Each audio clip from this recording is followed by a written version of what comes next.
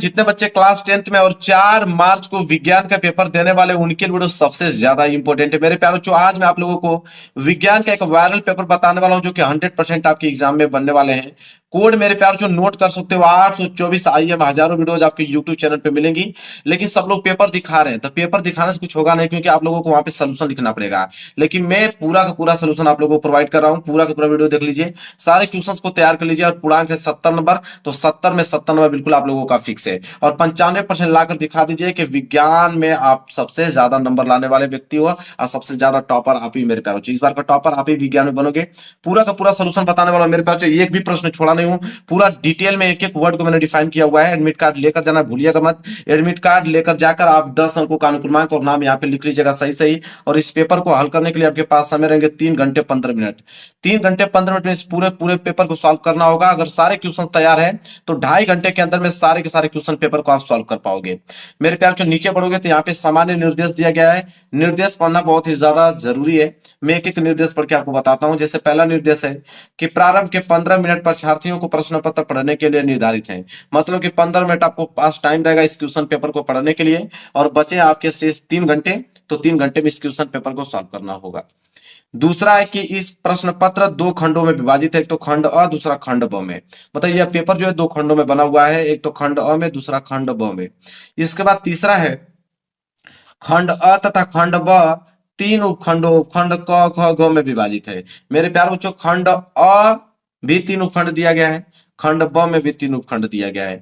3 उपखंड इसलिए दिया जाता है क्योंकि यहाँ पे फिजिक्स के, केमिस्ट्री के और बायोलॉजी के प्रश्न अलग अलग बनते हैं, इसलिए 3 उपखंड दिया रहा है। इसके बाद है चौथा कि प्रश्न पत्र के खंड में बहुविकल्पीय प्रश्न है जिसमें सही विकल्प का चुनाव कर OMR शीट पर नीले अथवा काले बॉल पॉइंट पेन से सही विकल्प वाले गोले को पूर्ण रूप से भरें।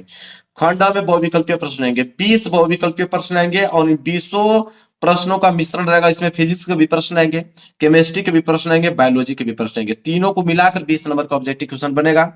ठीक है, और उनका उत्तर आपको OMR शीट पे देना होगा। नीले पेन का यूज कर सकते हो, काले पेन का यूज कर सकते हो रंगने के लिए। इसके बाद है कि खंड अ में बहुविकल्पीय प्रश्न है तो प्रत्येक प्रश्न के लिए 1 अंक निर्धारित है। मतलब एक प्रश्न जो है बहुविकल्पीय में 1 नंबर के लिए पूछा जाएगा। मतलब कि 20 बहुविकल्पीय प्रश्न पूछेगा 20 नंबर के लिए। यह खंड अ है। खंड अ के बाद आता है खंड ब। खंड ब में वर्णनात्मक प्रश्न आपको देखने को मिलेगा। इसके बाद है वर्णनात्मक प्रश्न कितने नंबर के लिए? 50 नंबर के लिए। इसके बाद है कि प्रत्येक प्रश्न के सम्मुख उनके निर्धारित अंक दिए गए। मतलब हर एक प्रश्न के आगे लिखा हुआ मिलेगा कि प्रश्न 1 नंबर का है, कि 2 नंबर का है, कि 4 नंबर का है, कि 6 नंबर का है। जितना भी नंबर का होगा हर एक प्रश्न के आगे लिखा हुआ मिलेगा। इसके बाद है खंड ब के प्रत्येक उपखंड के सभी प्रश्न एक साथ करना आवश्यक है।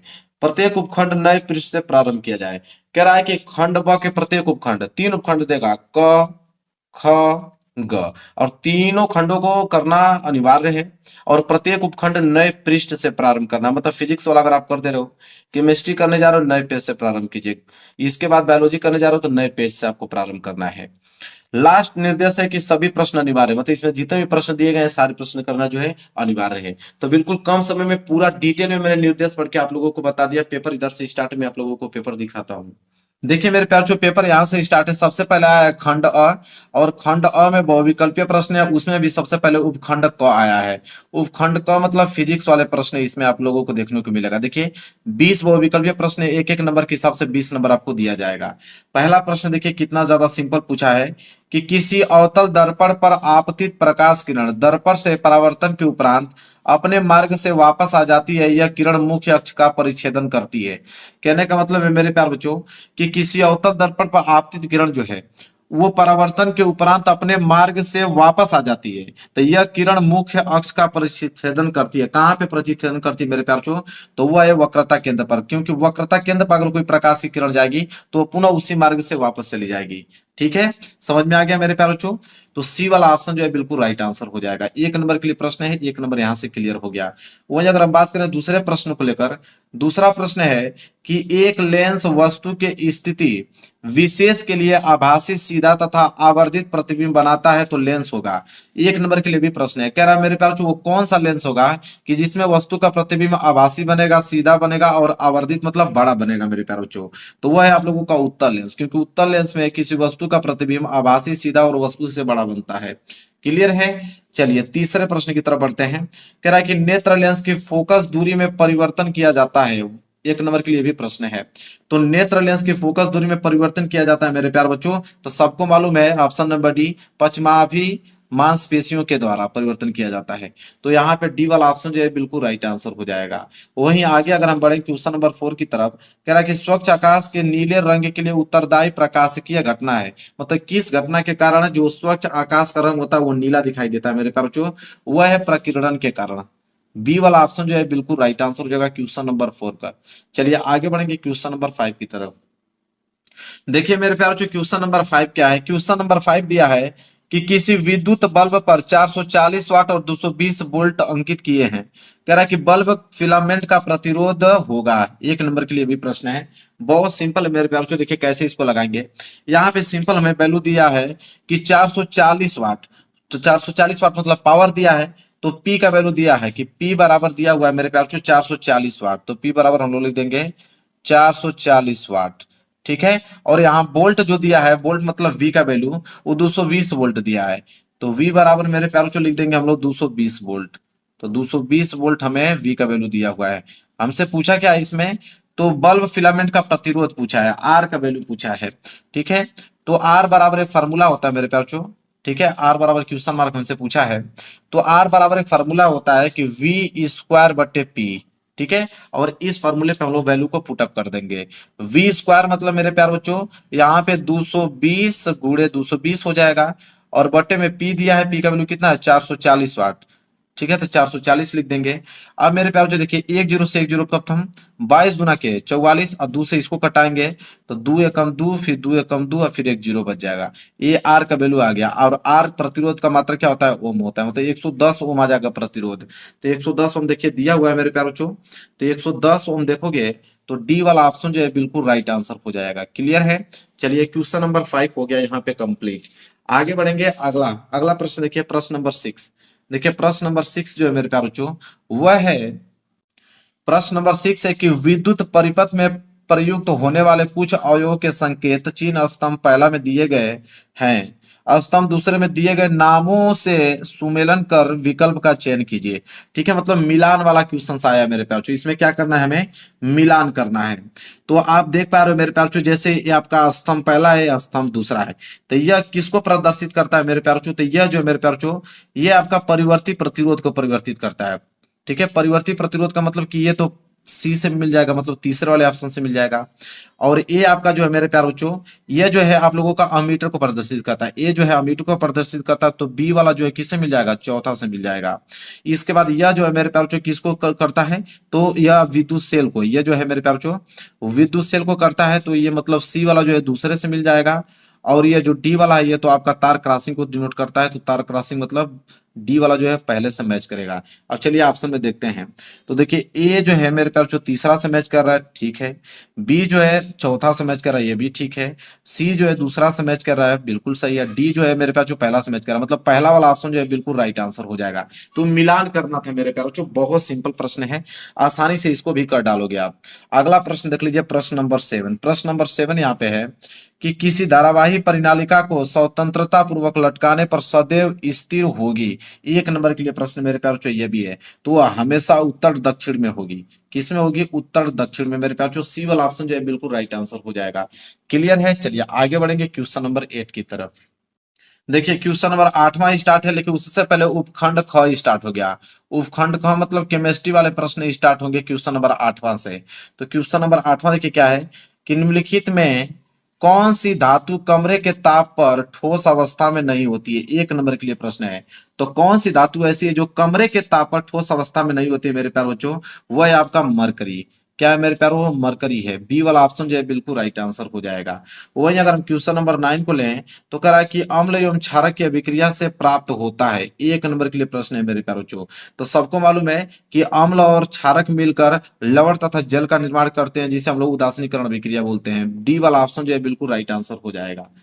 आगे देख लीजिए, इतना सिंपल सिंपल प्रश्न दिया है। 10वां प्रश्न देख लीजिए, निम्नलिखित अभिक्रिया दिया है, कैल्शियम कार्बोनेट को अगर हम लोग उष्मा देकर परिकलित करें, तो उष्मा देंगे, गर्म करेंगे, तो वो कैल्शियम ऑक्साइड मेरे प्यार और कार्बन डाइऑक्साइड में वो विखंडित हो जाएगा। कह रहा है कि ये उदाहरण किसका है मेरे प्यार, 1 नंबर के लिए प्रश्न है। तो ये उदाहरण किसका है, तो ये आप लोगों का मेरे प्यार क्या है, अपघटन अभिक्रिया का उदाहरण है। किसका, अपघटन अभिक्रिया का यहाँ पे उदाहरण है, इसलिए सी वाला ऑप्शन जो है बिल्कुल राइट आंसर हो जाएगा मेरे प्यारे बच्चों। ठीक है, इसको हम लोग अपघटित कर रहे हैं, तो ये दो पदार्थों में अलग अलग विखंडित हो जा रहा है, तो 10वें का सी जो है बिल्कुल राइट आंसर हो जाएगा।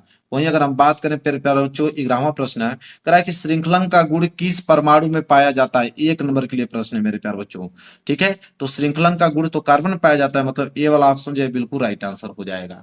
वहीं अगर हम आगे बढ़े क्वेश्चन नंबर 12 की तरफ, निम्नलिखित में एल्काइन है, इसमें से बता, 1 नंबर के लिए भी प्रश्न है, एल्काइन कौन है इन चारों ऑप्शन में से मेरे प्यार। तो एल्काइन की अगर हम बात करें तो एल्काइन ये है कि CH3 सिंगल बॉन्ड सी और ट्रिपल बॉन्ड से सी और हाइड्रोजन जुड़ा हुआ है, कार्बन और हाइड्रोजन। बी वाला ऑप्शन जो है बिल्कुल राइट आंसर हो जाएगा। 13वां प्रश्न यह है कि ईंधन एवं औषधियों के रूप में उपयोग होता है। 1 नंबर के लिए प्रश्न है, इन चारों ऑप्शन में से बताना है कि कौन ईंधन और औषधियों के रूप में प्रयोग होता है मेरे प्यार, वो है आपका एथेनॉल।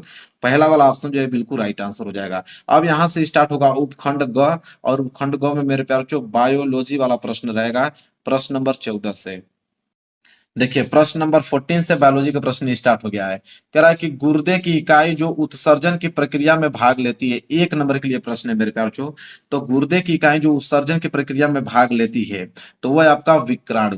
क्या है मेरे प्यार, विक्राणु। बी वाला ऑप्शन जो है बिल्कुल राइट आंसर हो जाएगा।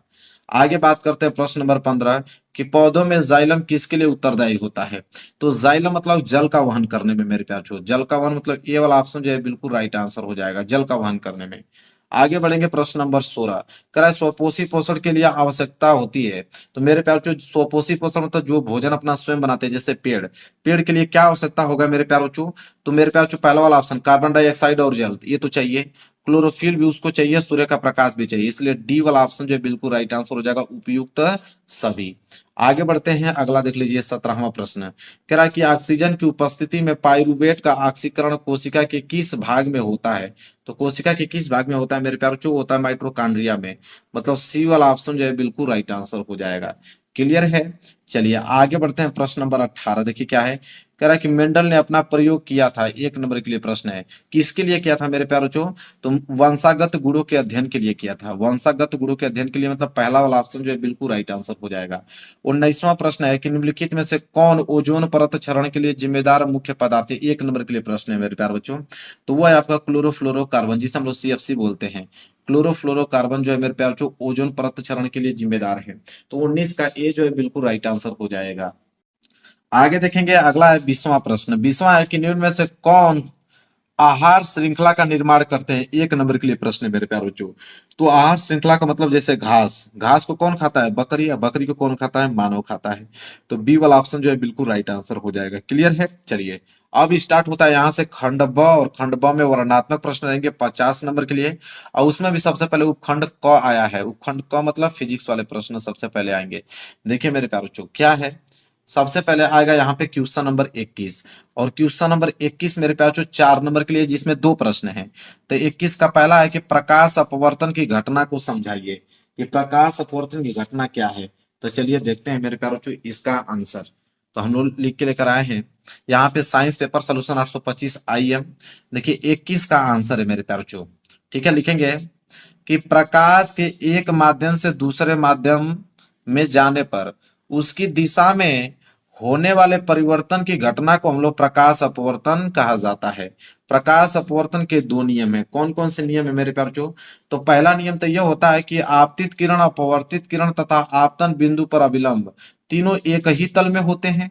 और दूसरा यह है कि जब एक ही रंग के प्रकाश की किरण के 2 माध्यम के सीमा तल पर तिरछी आपतित होती है, तो वहां पे आपतन कोण I कीजिए साइन, तथा अपवर्तन कोण R कीजिए साइन। ठीक है, का अनुपात एक नियतांक होता है, और इस नियतांक को दूसरे माध्यम का पहले माध्यम के सापेक्ष अपवर्तनांक कहते हैं। इसे हम लोग इस तरह भी दर्शा सकते हैं। ठीक है, कि दूसरे माध्यम का अपवर्तनांक पहले माध्यम के सापेक्ष, इसलिए इस नियम से भी कहते हैं, प्रदर्शित करते हैं, और इस नियम को हम लोग स्नेल का नियम भी कहते हैं। ठीक है। तो पूरा डिटेल में, इतना बेहतरीन आप लोगों को कोई आंसर नहीं बताएगा, मैं पूरा का पूरा डिटेल में लिख के लेकर आया हूं, ताकि एग्जामिनर एक नंबर आप लोगों का नहीं काट सकता है। क्लियर है मेरे प्यारे बच्चों? चलिए, इसके बाद 21वें का तो पहला था ना, अब 21वें का देखिए दूसरा। 21वें का दूसरा है कि नेत्र के दीर्घ दृष्टि दोष तथा इसके संशोधन पर संक्षिप्त टिप्पणी लिखिए।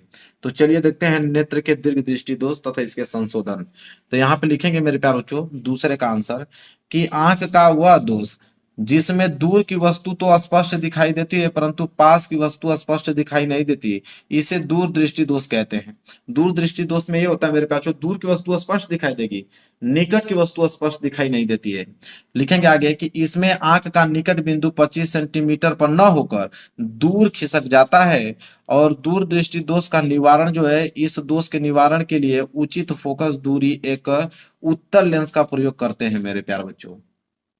देखिए मैं फिगर भी बनाया हूं यहाँ पे, कि यहाँ पे जब उत्तल लेंस लगा देंगे तो उसका प्रतिबिंब डायरेक्ट कहाँ पे बनेगा, रेटिना पे बनेगा।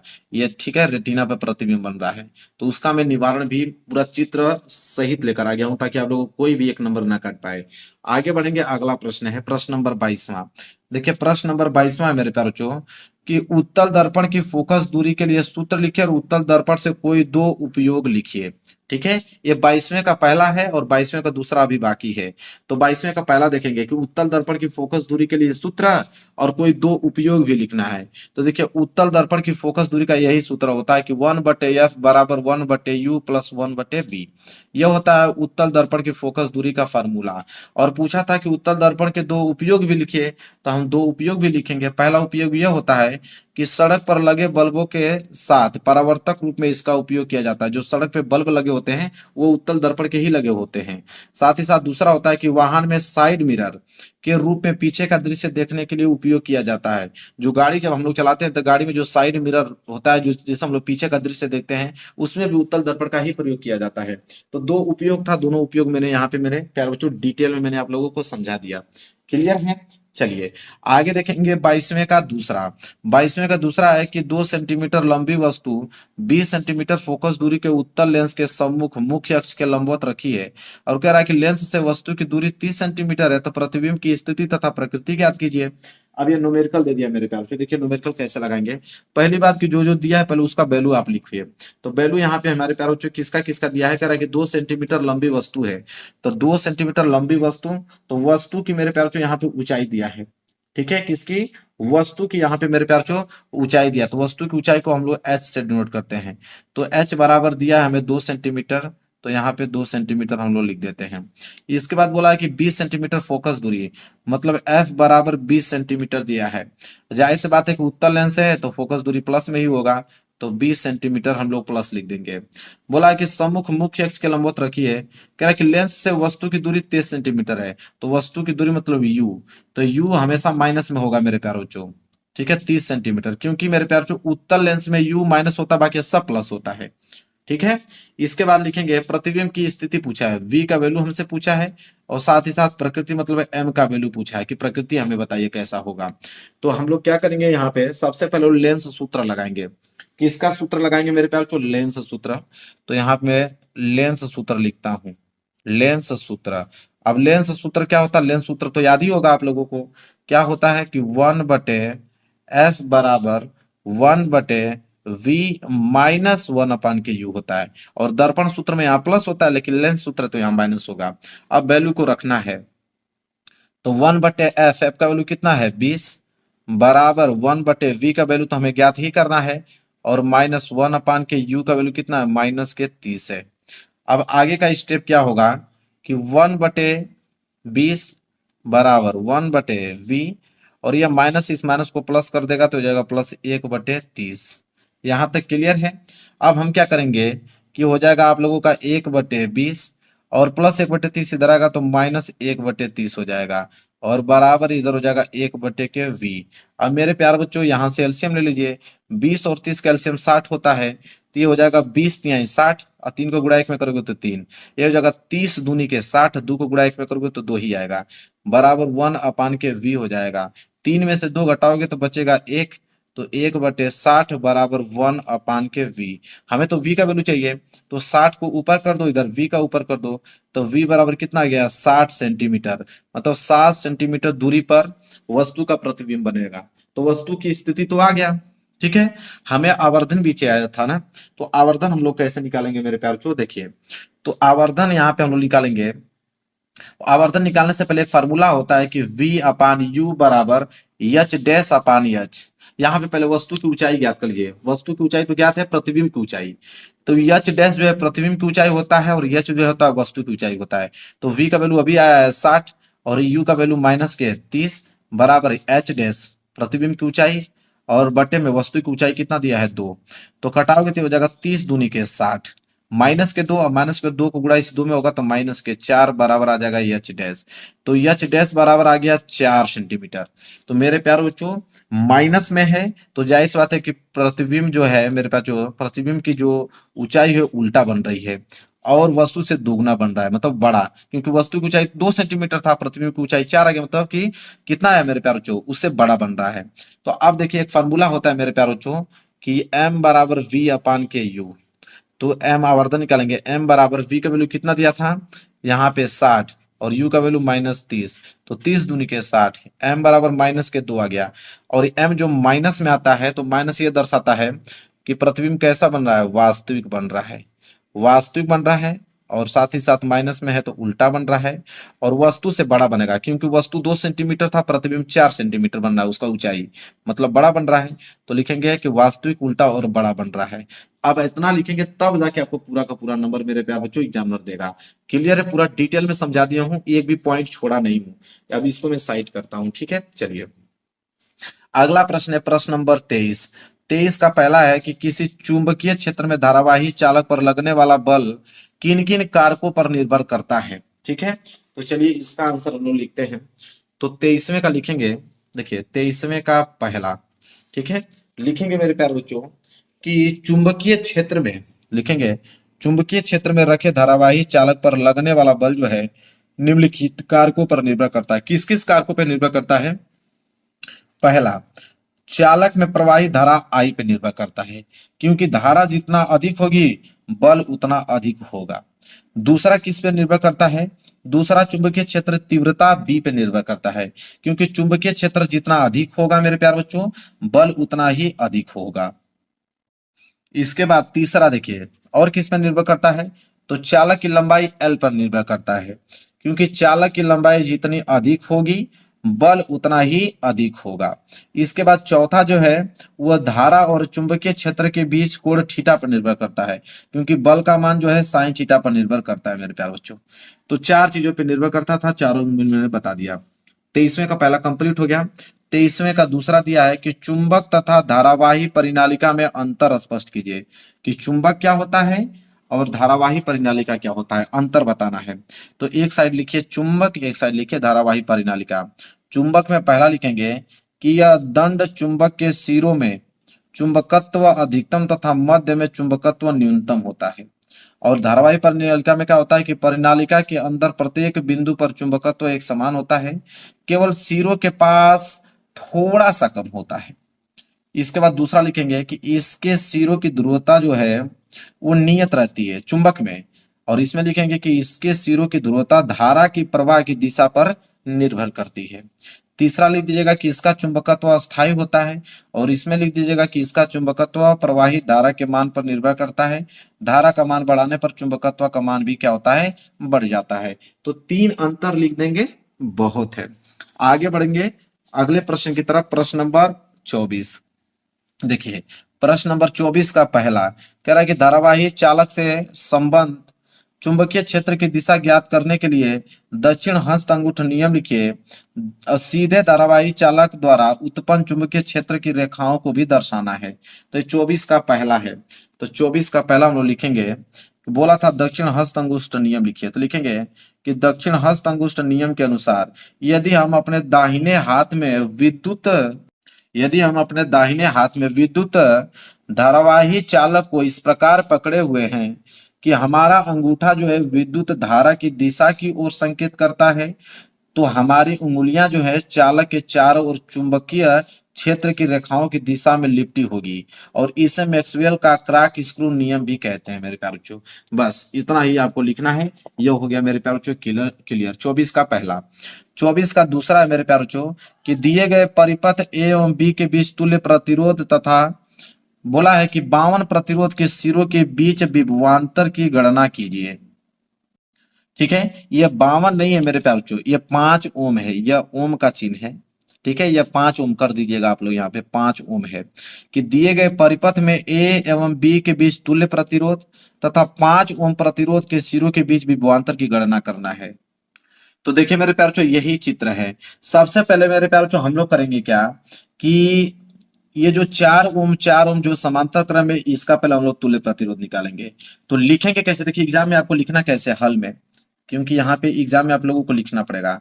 आप लिखिएगा कैसे मैं बताता हूँ। देखिए लिखिएगा, दिए गए परिपथ में लिखिएगा कि दिए गए परिपथ में, दिए गए परिपथ में 4 ओम, 4 ओम के दो प्रतिरोध, 4 ओम के दो प्रतिरोध, 4 ओम के दो प्रतिरोध किस क्रम में जुड़े हैं मेरे प्यार बच्चों, तो समांतर क्रम में संयोजित हैं, या समांतर क्रम में संयोजित हैं, समांतर क्रम में संयोजित हैं, ऐसे आप लोगों को लिखना है, संयोजित हैं। तब तब अगर हम तुल्य प्रतिरोध निकालें, तो अगर 4 ओम के दो प्रतिरोध समांतर क्रम में संयोजित हैं, तो हम अगर इसका तुल्य प्रतिरोध निकालेंगे तो ये होगा 1/R1 बराबर 1/, पहला प्रतिरोध कितना है 4, और प्लस दूसरा प्रतिरोध भी 4 ही है। ठीक है, तो यहां से मेरे प्यारों निकल जाएगा 1/R1 बराबर, मेरे प्यार बच्चों इसका एलसीएम लोगे तो 4, 4 से 4 कैंसिल तो 1, 4 से 4 कैंसिल तो ऊपर 1, तो 1 1 मिलके हो जाएगा 2/4, कटाओगे तो 2 एकम 2, 2 दूनी के 4, तो आपको आर डैश चाहिए, मतलब R1, तो R1 बराबर क्या हो जाएगा, 2 को ऊपर भेज दीजिए तो 2 ओम आ जाएगा। ठीक है, R1 के वैल्यू कितना आ गया, 2 ओम आ गया। मतलब इन दोनों को जब मैंने हल किया, इन दोनों को, तो यहाँ पे कितना आ गया, 2 ओम आ गया। क्लियर है, चलिए ये 5 ओम तो ऑलरेडी यहाँ पे सिंपल 5 ओम दिया ही है। अब हम लोग जैसे 4 ओम को हल किए हैं तो 2 ओम आया, इसी तरह हम 10 ओम को हल करेंगे। ठीक है, तो लिखेंगे इसमें भी कि 10 ओम के दो प्रतिरोध, 10 ओम के दो प्रतिरोध समांतर क्रम में संयोजित हैं, समांतर क्रम में, समांतर क्रम में संयोजित हैं। ठीक है, ऐसे आप लोगों को लिखना है। तो 10 ओम के दो प्रतिरोध समांतर क्रम में संयोजित हैं।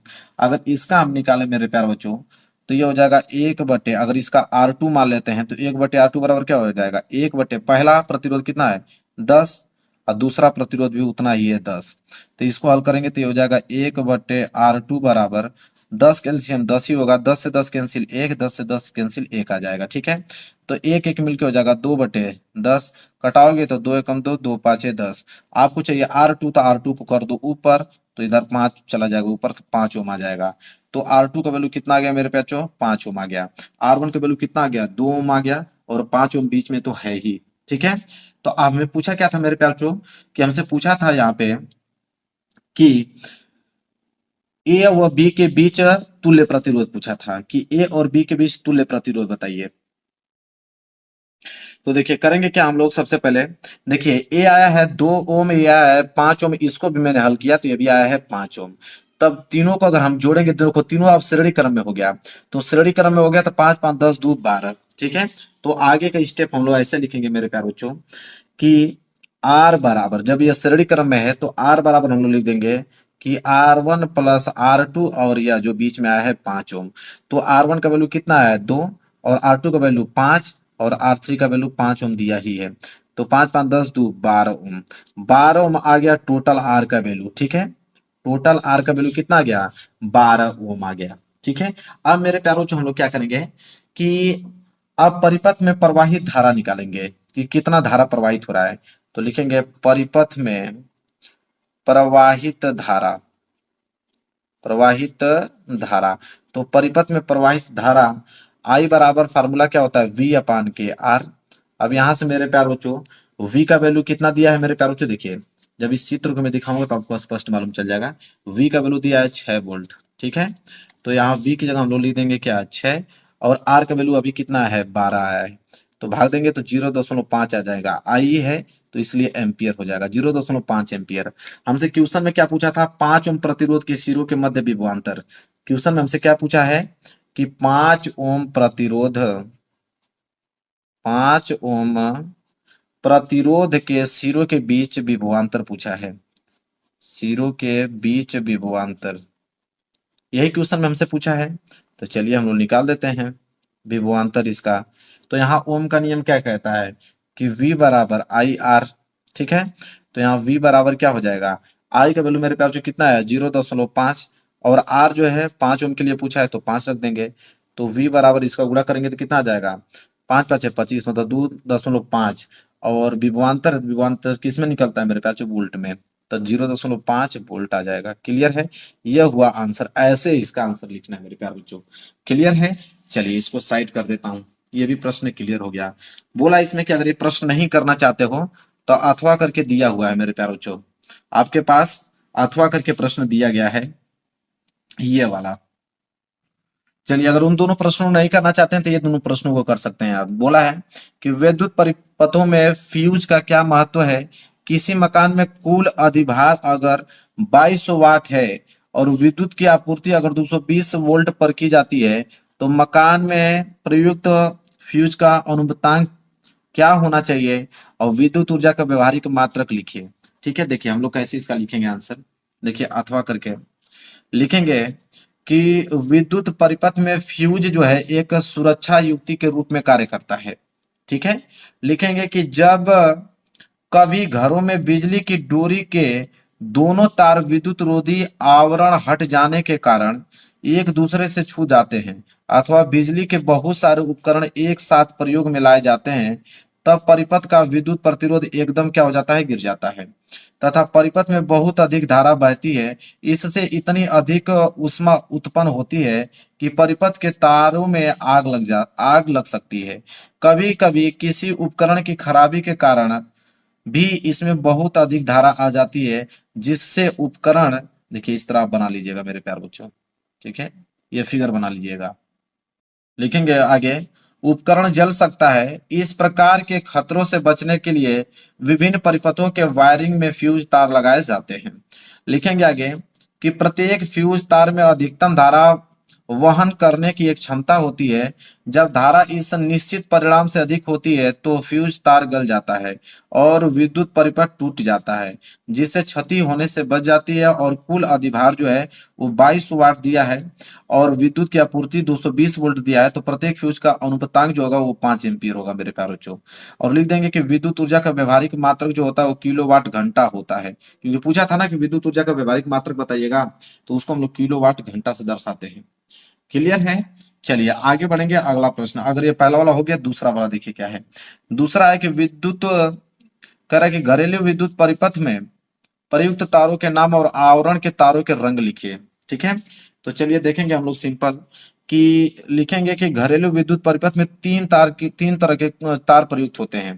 पहला फेस तार होता है जो कि लाल रंग का होता है, वहीं दूसरा अगर हम बात करें न्यूट्रल तार जिसे हम लोग काला रंग से दर्शाते हैं, और तीसरा होता है अर्थ तार जो कि हरा रंग का होता है।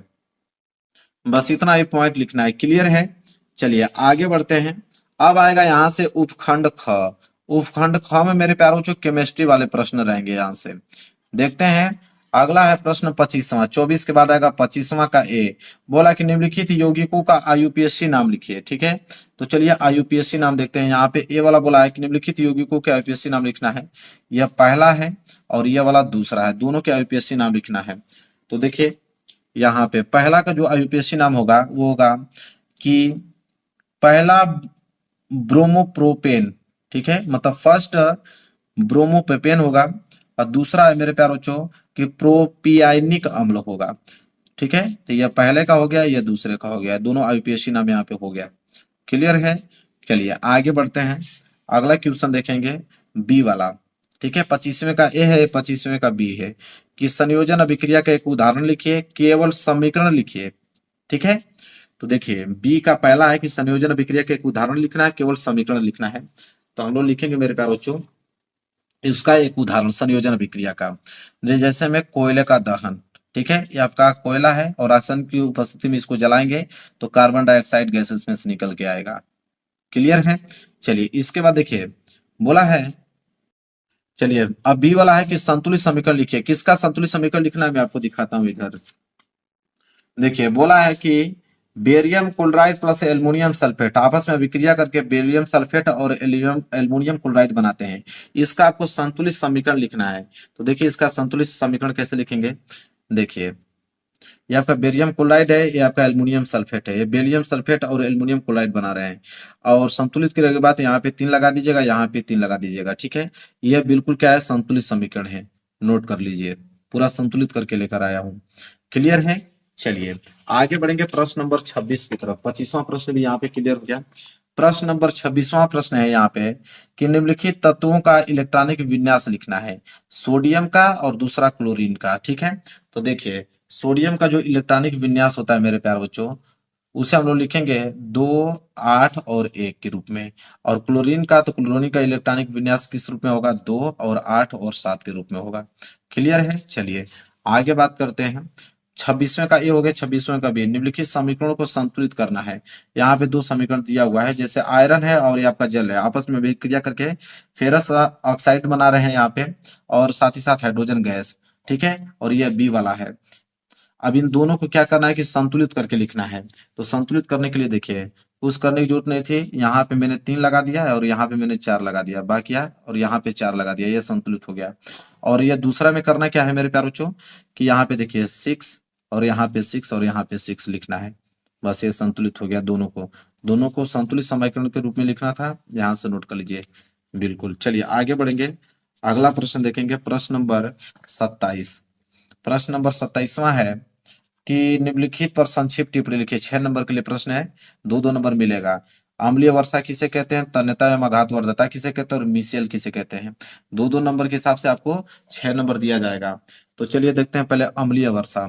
लिखेंगे कि अम्ल वर्षा की प्रक्रिया, लिखेंगे वायु प्रदूषण के फलस्वरूप वायुमंडल में कार्बन डाइऑक्साइड, सल्फर डाइऑक्साइड एवं नाइट्रोजन के ऑक्साइड जैसी अम्लीय गैसें एकत्रित हो जाती हैं।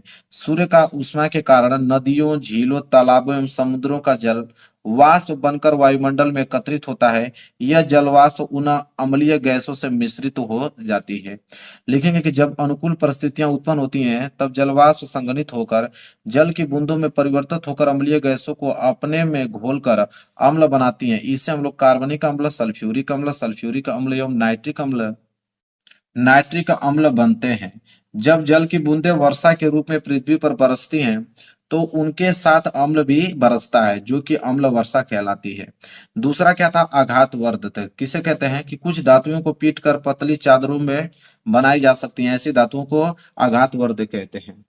तन्यता पूछा था, तन्यता में लिखेंगे धातुओं का वह गुण जिसके कारण उनके तार खींचे जा सकते हैं, ऐसी धातुओं को हम लोग तन्य कहते हैं। बस हो गया। इसके बाद देखिए सी वाला मिसेल है कि मिसेल किसे कहते हैं। चलिए मिसेल भी देखिए, लिखेंगे कि साबुन की सफाई प्रक्रिया मिसेल के द्वारा होती है। साबुन के अणुओं की आयनिक सिरा जल में रहता है और दूसरा जो हाइड्रोकार्बन पूछ तैलीय मैल में घुल जाता है, ठीक है, मैल में घुल जाता है और मिसेल संरचना का निर्माण करते हैं। लिखेंगे आगे कि मिसेल के रूप में साबुन स्वच्छ करने के रूप में सक्षम होता है, क्योंकि तेलीय मेल मिसेल के केंद्र में एकत्रित हो जाते हैं और इससे पानी में इमल्सन बनता है और मिसेल विलियन में क्लोराइड के रूप में बने रहते हैं। साबुन का मिसेल मेल को पानी में घुलने में मदद करता है और इस प्रकार मिसेल में तैरते समय मेल आसानी से हट जाते हैं और हमारे कपड़े जो होते हैं वो साफ हो जाते हैं।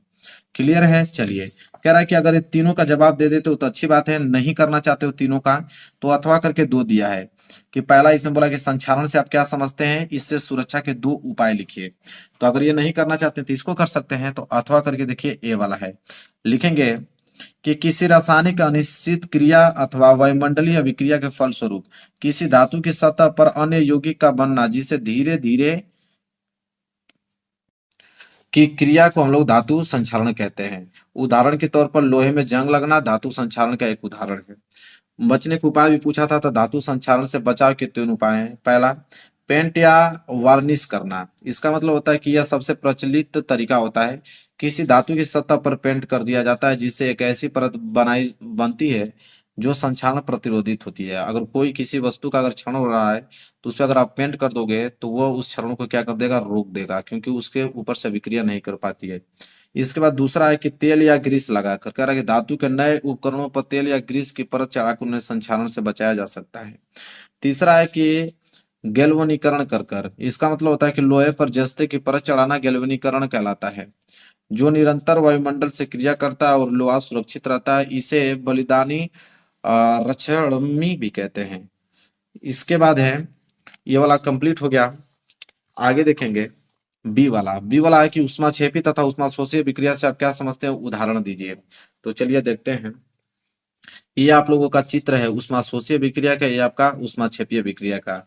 ऊष्माक्षेपीय विक्रिया किसे कहते हैं, देखिए ऊष्माक्षेपीय विक्रिया यह होता है कि जिस रासायनिक विक्रिया में उत्पादों के साथ ऊष्मा भी निकलती है, ऊष्माक्षेपीय विक्रिया कहलाती है। जैसे देख लीजिए मेरे पास जो मीथेन है उसे ऑक्सीजन की उपस्थिति में जला रहे हैं तो कार्बन डाइऑक्साइड और यहाँ पे H2O जल बन रहा है, और साथ ही साथ इससे हम लोग क्या ऊर्जा भी परिकलित हो रही है, ऊष्मा भी निकल रही है, तो ये आपका ऊष्माक्षेपीय विक्रिया कहलाएगा।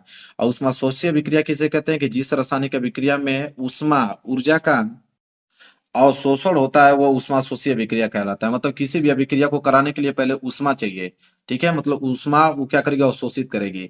जैसे यहाँ पे PbNO3 है मेरे प्यारे बच्चों, इसको अगर हमें गलाना है तो पहले हमें ऊष्मा की जरूरत होगी, तो पहले हम लोग ऊष्मा खर्च करेंगे, तब जाके ये PbO में और NO2 में और ऑक्सीजन में विखंडित होगा। तो क्लियर है, चलिए। तो ऊष्माक्षेपी और ऊष्माशोषी दोनों चीज आपको समझ में आ गया होगा। अब स्टार्ट होगा उपखंड ग। उपखंड ग मेरे प्यारे बच्चों बायोलॉजी वाले प्रश्न स्टार्ट होंगे यहाँ से, जो कि है प्रश्न नंबर 28। प्रश्न नंबर 28वां है कि एक तंत्रिका कोशिका न्यूरॉन की संरचना बनाए जिसके कार्यों का वर्णन करना है। तो न्यूरॉन का चित्र भी बनाना है और इसके कार्यों का वर्णन भी करना है। तो देखिए यह आप लोगों का चित्र है न्यूरॉन की संरचना का। यह आपका केंद्रक है, ये वाला पार्ट, ठीक है। ये आपका भूमिका है, जो आपको ये कली दिख रही है। ये आपका तंत्रिका कक्ष है। यह तंत्रिका का जो अंतिम सिरा है ये आपका कोशिका काय है। तो यह आप लोगों चित्र बना लीजिएगा। इसके बाद न्यूरॉन का कार्य भी पूछा था, तो न्यूरॉन के कार्य हेडिंग डाल के लिखेंगे। पहला कि सूचना या उद्दीपन एक तंत्रिका कोशिका के द्रुमिका के सिरों द्वारा प्राप्त की जाती है, ठीक है। जो द्रुमिका सिरा है उसके द्वारा हम लोग कोई भी सूचना प्राप्त करते हैं, कोई अगर हमको बताता है तो ये उसी के माध्यम से हमारे दिमाग में जाता है। इसके बाद रासायनिक क्रिया द्वारा विद्युत आवेश पैदा होती है जो कोशिकीय तत्व तक जाता है तथा तच्छिकाछ जिसे एक्सान में होता हुआ इसके अंतिम सिरे तक क्या होता है, पहुंचता है। इसके बाद है कि एक्सान के अंत में विद्युत आवेश कुछ रसायनों का विमोचन करता है और यह रसायन रिक्त स्थान या सिनेप्स को पार करते हैं और अगली तंत्रिका कोशिका को द्रुमिका में इसी तरह का विद्युत आवेश प्रारंभ करते हैं। चौथा है कि इस तरह का एक सिनेप्स अतः ऐसे आवेशों को तंत्रिका कोशिका से अन्य कोशिकाओं जैसे कि पेशी कोशिकाओं या ग्रंथि तक ले जाते हैं। अतः न्यूरॉन संगठित जाल का बना होता है जो सूचनाओं को विद्युत आवेश के द्वारा शरीर के एक भाग से दूसरे भाग तक संवहन करता है। और पांचवा है कि जैसे उदाहरण के लिए बोला है कि ग्राही संवेदी तंत्रिका कोशिका सूचना ग्रहण कर केंद्रीय तंत्रिका तंत्र तक पहुंचाते हैं और यह आवेग को वापस प्रेरक तंत्रिका कोशिका द्वारा पेशी कोशिकाओं या कार्य तक पहुंचाती है। बस इतना 5 आप लिख दीजिएगा उसके कार्य। आगे है प्रश्न नंबर 29 कि निम्नलिखित पर संक्षिप्त टिप्पणी लिखिए, 4 नंबर के लिए है। पहला है कि थायरॉक्सिन हार्मोन्स किसे कहते हैं, मतलब उसके कार्य लिखना है। और दूसरा है कि मुकुलन किसे कहते हैं। 2 नंबर इसमें मिलेगा, 2 नंबर इसमें मिलेगा। तो चलिए देखते हैं। तो 29वां का पहला हम लोग देखेंगे, ठीक है। थायरॉक्सिन एक थायराइड हार्मोन है जो थायराइड ग्रंथि द्वारा स्रावित होता है।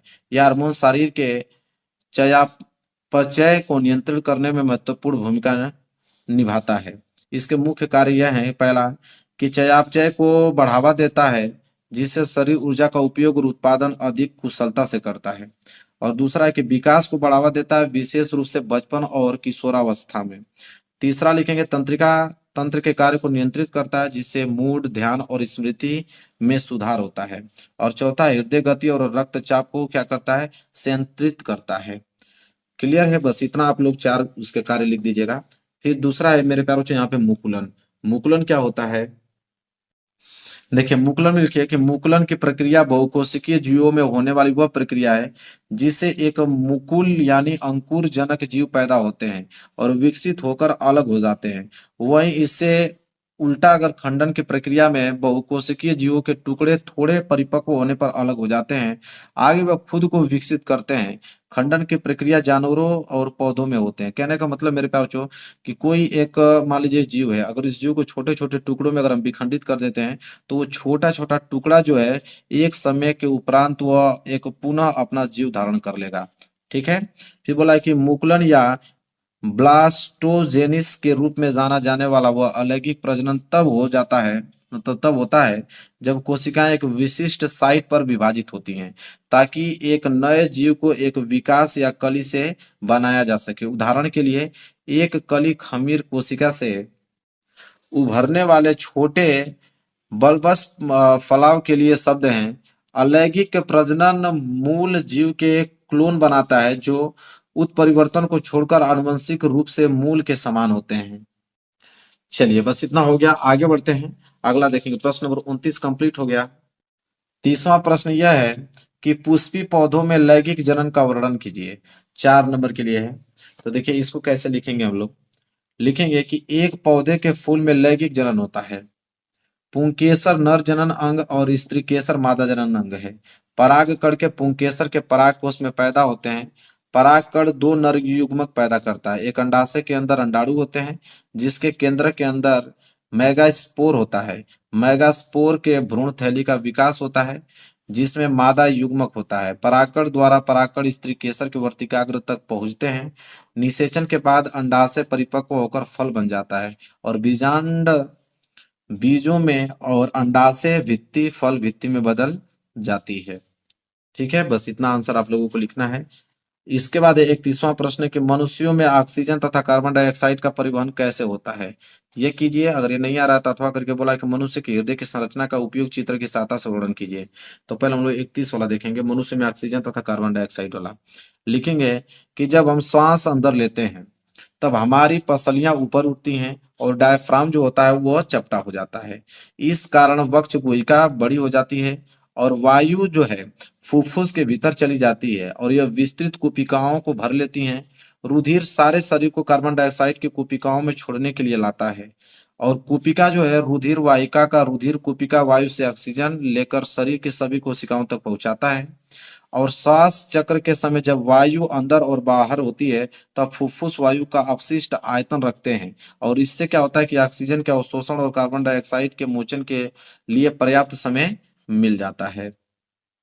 चलिए ये वाला हो गया। अगर ये नहीं करना चाहते हैं तो बोला कि मनुष्य के हृदय की संरचना का उपयुक्त चित्र बनाइए और उसका सचित्र वर्णन करना है। तो देखिए अथवा करके लिखेंगे यहाँ पे कि हृदय का कार्य उसकी पेशी युक्त भित्तियों के संकुचन पर निर्भर करता है जिन्हें हम लोग एसएन नोड नियंत्रित करता है।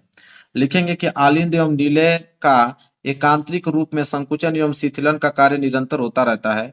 हृदय में संकुचन एवं शिथिलन का कार्य दाएं आलिंद की आंतरिक भित्ति में स्थित शिरा आलिंदीय यसे नोड द्वारा प्रारंभ होता है। हृदय में संकुचन क्रिया सर्वप्रथम आलिंद से प्रारंभ होती है। सर्वप्रथम दोनों आलिंदों में संकुचन होता है तथा उनका रक्त अपने अपने दिशा के नीले में जाता है। आलिंद का संकुचन समाप्त होने पर दोनों आलिंद अपनी पूर्व स्थिति में आना प्रारंभ कर देते हैं। जैसे संकुचन अधिक होता है वैसे ही शिराओं में रक्त इसमें आ जाता है। यह मेरे प्यारों जो उसका चित्र है, आप चित्र बना लीजिएगा। ठीक है, ये हृदय का चित्र है। इसके बाद आगे लिखिएगा, इसके बाद उसके नीचे जस्ट कि नीले में रक्त भर जाने पर नीले में आलिंद की अपेक्षा अधिक तीव्र गति से संकुचन होता है और इस संकुचन के कारण रक्त का दबाव पड़ता है। नीले का संकुचन इसके संकुचन केंद्र आलिंद नीलयी नोड से प्रारंभ होकर संकुचन तरंगों दोनों नीलों में फैलकर दोनों नीलों में एक साथ संकुचन होता है। दाएं नीले से अशुद्ध रक्त पल्मोनरी धमनी से होकर फेफड़ों में शुद्ध होने के लिए पहुंचता है और बाएं नीलों को शुद्ध रक्त संपूर्ण शरीर में पहुंचाता है तथा शिराओं द्वारा रक्त दोनों आलिंदों में फेफड़ों से वापस आ जाता है और यह चक्र निरंतर चलता रहता है जिसे हम लोग दोहरा परिसंचरण तंत्र भी कहते हैं। बस ये पूरा का पूरा मेरे प्यारों से क्या हो गया, आप लोगों का समाप्त हो गया। तो मेरे प्यारों बच्चों, ये पेपर पूरा का पूरा डिटेल में मैंने आप लोगों को सोल्यूशन करा दिया। इसको तैयार कर लीजिएगा मेरे प्यारों बच्चों, और इस वीडियो को लाइक कर देना। चैनल पर नए हो तो चैनल को जरूर सब्सक्राइब कर लेना। मिलेंगे एक प्यारे से नेक्स्ट वीडियो में, तब तक के लिए धन्यवाद।